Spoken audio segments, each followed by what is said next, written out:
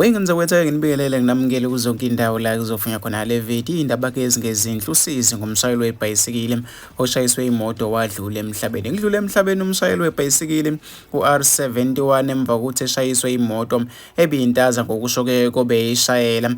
Uthi ke kubonakale iPolo Vivo elimhlophe ebeligijima la seke lishayisa lo mgibeli webhayisikili wayeseshona ke endaweni yesigameko noma ke endaweni yesigameko. Izinto ke lezi noma ke ezinye zendaba lezi thinta abantu abaningi ey'nkundleni zokuxhumana abakhuluma ngazo njengamanje. Nangomunye uthi ke obhuti bamapholo banakho nje ukushayela into abayithandayo emgwaqweni kwazi kwabuhlungu ngengane yomfazi. Nangomunye uthi so ke into yamabomu ke noma ke so into ke yamabomu Mosi, rest in peace mfowethu, kekho ke yosala emhlabeni nomshayeli walo noma lo naye ke usazokulandela soon.